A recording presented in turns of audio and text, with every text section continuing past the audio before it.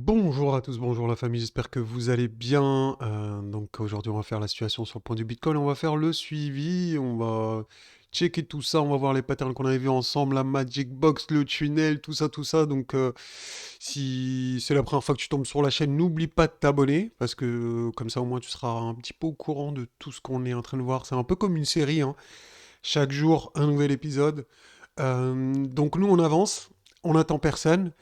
Et les gars, donc on va faire le point sur la situation. On va checker également les liquidations sur Kingfisher. Donc il y aura plein de choses à voir. Je vais vous expliquer tout ça. Et donc on va regarder les liquidations pour Ethereum parce que c'est différent de Bitcoin. Ah ouais, le marché il est sans pitié. Il nous laisse, enfin il nous donne pas de signaux hyper limpides pour qu'on puisse s'en sortir facilement.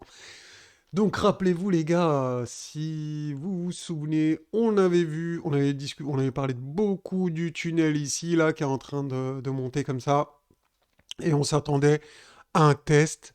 On avait vu également qu'il y avait 90% de chances de venir tester la Magic Box.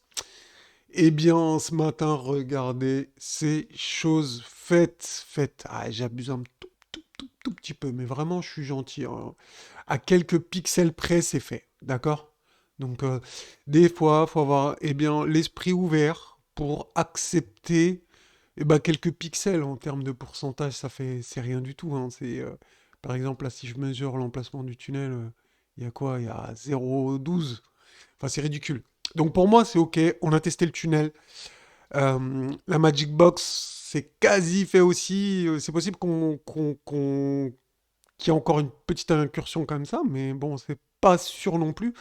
En tout cas, quand on était ici, quand on était proche du tunnel, c'était une belle zone d'intervention, une belle zone pour ouvrir des positions. Pour moi, hein, tout ce qui tombe là-dedans, je vais vous mettre ça ici. Donc pour moi, tout ce qui est ici, là, tout ce qui tombe ici, c'est une zone d'intervention.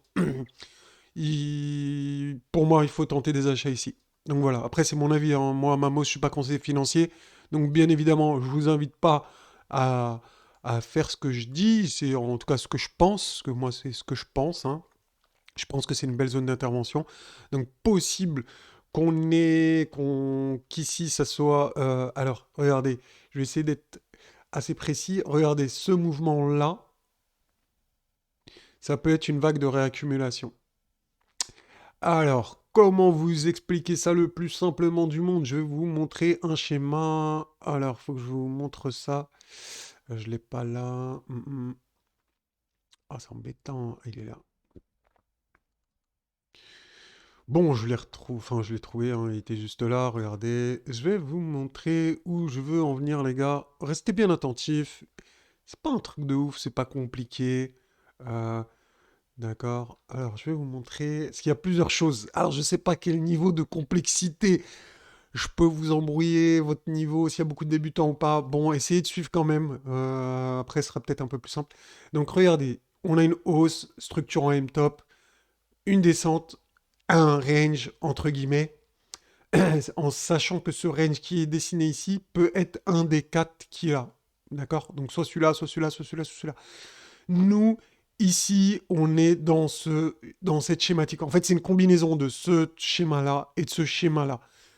Donc sans rentrer dans les détails, nous, ce qu'on est en train de faire, c'est une réaccumulation avec un spring, d'accord? Donc un spring, c'est un mouvement qui casse le trading range par le bas, qui le réintègre, et ensuite, on recasse le trading range ici, l'accumulation par le haut, et on repart, le mouvement reprend la hausse.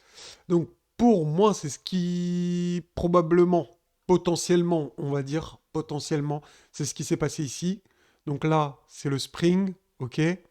Et ensuite, ce qui est probable, eh bien, c'est de continuer la hausse pour aller, continuer de monter. Donc voilà, ça serait vraiment, regardez, je suis en 1 heure, hein, c'est une mini vague d'accumulation.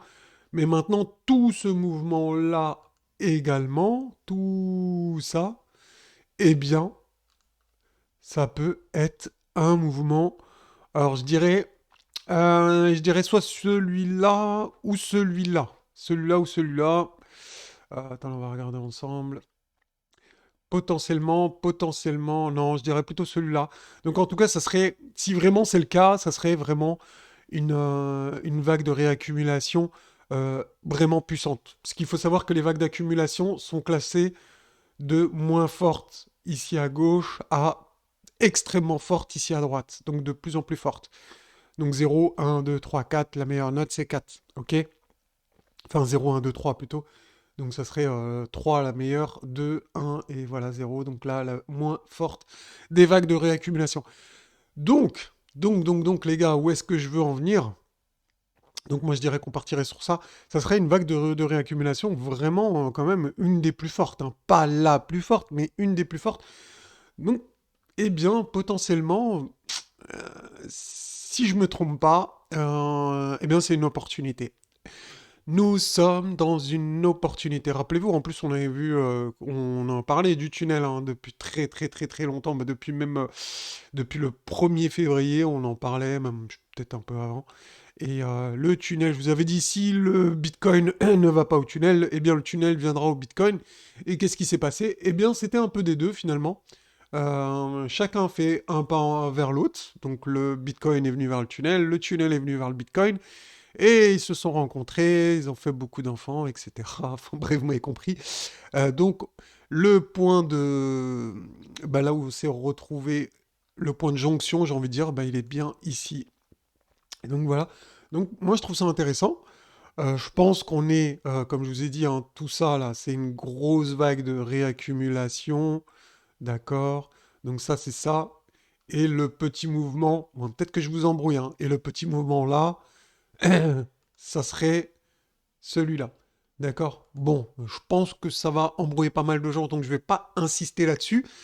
Mais si vous commencez, alors je sais pas, vous êtes dans quel état d'esprit là, on va faire un sondage après, là, juste après la vidéo, je vais faire un sondage pour vous voir ce que vous pensez, si vous pensez que c'est la continuation baissière ou pas. Mais si, du coup, eh bien, dans les heures qui suivent ou les jours qui suivent, vous voyez ça, bon, ben, faut pas se poser de questions, hein, faut pas se poser 10 000 questions.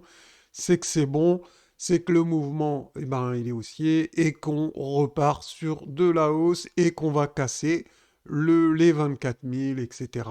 Probablement. Parce que regardons, on va regarder ensemble. On va regarder le momentum. On va commencer d'abord par le. Oui, là, c'est intéressant ça quand on voit ici là l'indicateur ici. Pour moi, c'est un indicateur de peur et de FOMO. D'accord? Ici, c'était du FOMO. Et là, on est bien ancré dans la peur là. Bien. Vous voyez, ça dure longtemps. C'est profond. Euh, vous voyez? Attends, je vais vous montrer comme ça. Voilà, ça c'était du FOMO, ça clairement du FOMO et des liquidations. Quand il y a des liquidations, ben ça crée un pic comme ça, vraiment énorme.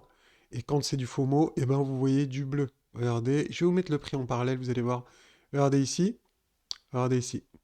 Ici, bah il y avait du FOMO, mais des liquidations aussi parce qu'il y a eu un gros pic. Donc en tout cas, ça demandait de la consolidation. Donc quand vous voyez du bleu, c'est que ça demande de la consolidation, voire du retracement. D'accord? Qu'est-ce qu'on avait ici? Regardez, là, c'était bien rouge, bien profond. Et là, je peux vous dire qu'il n'y a pas du tout de faux mots, hein. Là, c'est que de la smart money qui se positionne. Ensuite, on a eu la hausse, les liquidations. Donc, ça crée un pic vertical bleu. Donc, ce qui est logique. Hop, ça consolide. Les gens, il faut mot pas, hein, vous voyez, hein, c'est pas resté bleu super longtemps. Donc ça descend. Ici, il y a eu un peu de bleu vite fait. Bon, vu très très rapide, donc rien d'insignifiant. Là, c'était bien rouge. C'est à partir de quand? Là, regardez, il y a eu du FOMO. Là. Ici. En fait, sur cette tentative de breakout, il y a eu du FOMO. Et c'est pour ça qu'on n'a pas breakout. Et depuis, on n'a fait que baisser. Donc, à mon avis, il y a plein de gens qui ont long ici et qui se sont fait rect, tout simplement. On leur a mis la tête sous l'eau, on n'a pas arrêté de baisser jusqu'à qu'ils craquent. Eux, faut qu'ils craquent, il n'y a pas moyen, c'est comme ça. On leur met la pression, lâchez vos positions les gars, vous les lâchez et on repartira à la hausse. Vous êtes dans le bon sens, ok, mais on veut pas de vous, hein. Clairement, on veut pas de vous. Vous voyez bien le bleu ici, boum. Et là, depuis, on est dans le rouge. On est dans le rouge, on vient taper le tunnel, la Magic Box, etc. Moi, personnellement, Mamo, je pense que ça peut suffire pour repartir, hein, clairement. On va passer en 4 heures. Bah, en 4 heures, on voit un peu, c'est la même chose hein, ici. Donc du bleu, consolidation. Depuis avec du rouge, ici on voit le pic, le petit pic bleu. Depuis, c'est que du rouge, donc plutôt bon signe. Le RSI, regardez le RSI, on pourrait dire, on pourrait penser à une divergence haussière cachée, hein, potentiellement. Bon, on va voir. Quoique. Disons que si on casse le support, la ligne jaune, on exclura la divergence haussière cachée.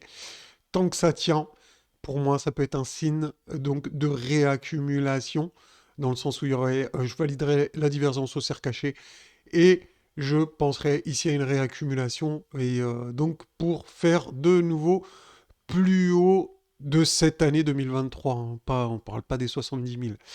D'accord. Donc c'est intéressant à voir. Qu'est-ce qu'on voulait voir d'autre? Je vous avais expliqué de toute façon que tant qu'on cassait pas ce niveau c'est le plus important. D'accord? Ici on a la moyenne mobile 30 semaines. Bon, je ne veux pas vous embrouiller, je vais faire une vidéo trop longue. Dites-moi hein, si c'est un peu trop technique. Hein. Soyez honnête, chacun son niveau. Et dites-moi en commentaire si vous pensez que je vais rentrer trop dans les détails, parce que je pourrais encore plus. Je ne sais pas si c'est nécessaire, j'ai pas envie de perdre la majorité. Donc vraiment, n'hésitez pas à me dire. Donc on va regarder tout de suite les liquidations, les gars. Les liquidations toutes fraîches de ce matin. Regardez, alors ça c'est intéressant, ça c'est Bitcoin, les gars, c'est écrit là, hein, vous faites bien attention. Bitcoin All Leverage. Donc il y a un gros pic de liquidation à 23 500. Donc intéressant. Intéressant à venir chercher. Ok, donc ça, vous le mettez dans un coin de votre tête. 23 500, on pourrait y revenir euh, relativement rapidement. D'accord. Ici, on a la map. La map, c'est intéressant aussi. C'est les liquidations d'une autre manière. Donc, on voit bien qu'on a bien nettoyé. Regardez, tout ça, c'était des liquidations là. On a bien nettoyé tout ça. Ok, c'est fait. Et maintenant, ici, eh ben, il en reste plein en haut. Du coup, intéressant également. Une autre manière de voir les choses, les gars, regardez ici. Maintenant, on a des gros pics de liquidation ici, là, au nord. Et ici, vous voyez bien que c'est beaucoup plus vide, sauf si vraiment on retourne sous les 20 000. Hein. Là, sous les 20 000, ok, il n'y a aucun problème. Il y a des gros pics, même à 21 000, il y a un gros pic. Et en dessous des 20 000, eh ben là, c'est la fête. Si on y va, ils vont se gaver. Donc pour l'instant, c'est pas du tout le cas, on n'y est pas. Hein. Je pense que le plus proche, bah, c'est même pas je pense, c'est le plus proche, c'est au nord. On verra. On verra si ma théorie est bonne ou pas. Donc là, attendez, on est. Là, je suis passé sur Ethereum maintenant. C'est Ethereum ici, regardez, c'est marqué là. Optical, c'est à court terme. On a bien nettoyé également. Hein. Vous voyez bien, on a bien nettoyé les liquidations au sud. Maintenant, ça se remplit au nord. Ça s'empile pas mal également. Regardez encore là. All leverage, c'est écrit ici. On a bien nettoyé, mais il en reste un petit peu au sud. D'accord? Donc, chose à souligner, Ethereum, on dirait qu'il y a comme un petit goût d'inachevé, ça n'a pas tout est bien été nettoyé. D'ailleurs, on le voit ici, il y a un gros pic aux alentours des 1600. Donc attention, Ethereum pourrait nous mettre des bâtons dans les roues, on pourrait revenir, eh bien, nettoyer ça. Si vraiment on veut repartir, à voir. C'est en contradiction avec le Bitcoin. C'est ça qui est chiant. c'est on n'a pas eu de signaux tous dans le même sens, vraiment à 100%, et on peut se dire, ouais les gars, tout est aligné, les étoiles, c'est parfait. Non, le marché nous fait pas de cadeaux. Et un coup, il nous montre qu'il y a des liquidations au nord sur Bitcoin, mais retour de la médaille, des liquidations au sud sur Ethereum. Donc voilà où on en est. Donc c'est plutôt intéressant. Bon les gars, je pense que ça suffit pour aujourd'hui. Je vais peut-être un peu trop embrouillé. Dites-moi tout ça en commentaire si ça vous a plu. Bah, laissez des gros pouces bleus. Je vous ai pas fait de vidéo hier parce qu'il y a moins de vues. S'il y a moins de vues, c'est qu'il y a moins de gens intéressés et que ça intéresse moins de personnes. Donc, je préfère garder mon énergie. Donc voilà, si vous souhaitez qu'il y ait plus de vues, faut mettre des likes, des commentaires et partager la vidéo. Ça booste l'algorithme de YouTube et en plus, moi, ça me motive. Merci à ceux qui font le job. Vous êtes des boss. Je vous kiffe les gars. Je vous dis à bientôt. Ciao, ciao.